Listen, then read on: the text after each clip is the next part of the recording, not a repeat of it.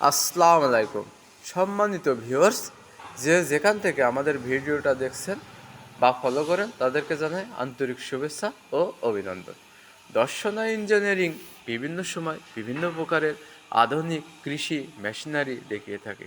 ঠিক তারই ধারাবাহিকতায় আজকে আপনাদের দেখাতে চলেছি ধান ঝাড়াই মেশিন। এই ইঞ্জিন চালিত ধান ঝাড়াই মেশিন বা কারেন্ট চালিত ধান ঝাড়াই মেশিন।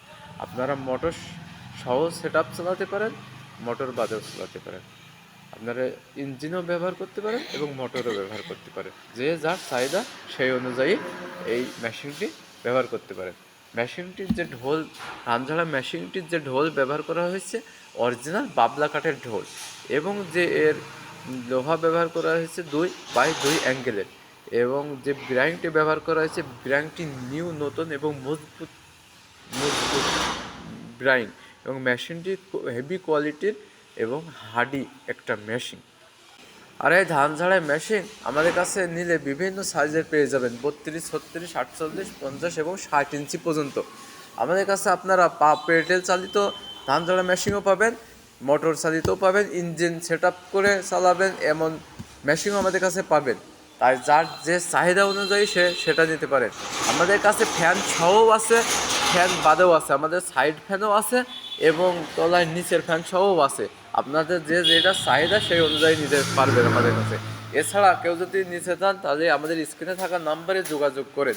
এছাড়া কেউ যদি আমাদের সরাসরি লোকেশনে আসতে চান তাহলে আমাদের লোকেশন হলো দর্শনারী শাখা, ঝিনাইদহ জেলা, মহেশপুর থানা, বাকসপুতা বাজার, নেপার মোড়। আপনারা সরাসরি এই ঠিকানায় চলে আসতে পারেন।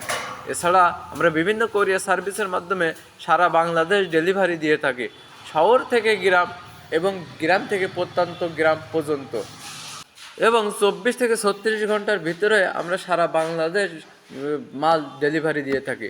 তাই যাদের নেওয়ার ইচ্ছুক তারা এই স্ক্রিনে থাকা নাম্বারে যোগাযোগ করতে পারেন। আজ এ পর্যন্তই, দেখা হবে অন্য কোনো সময় অন্য কোনো ভিডিও নিয়ে। এছাড়া আমরা প্লাস 200 আইটেমের কৃষি যন্ত্রাংশ বেঁচে থাকি। তাই যাদের নেওয়ার ইচ্ছুক স্ক্রিনে থাকা নাম্বারে যোগাযোগ করতে পারেন। তাই আজ এ পর্যন্তই, দেখা হবে অন্য কোনো সময় অন্য কোনো ভিডিও নিয়ে। সবারই শরীরের সুস্থতা কামনা করে এখানেই বিদায় নিচ্ছি। খুদা হাফেজ।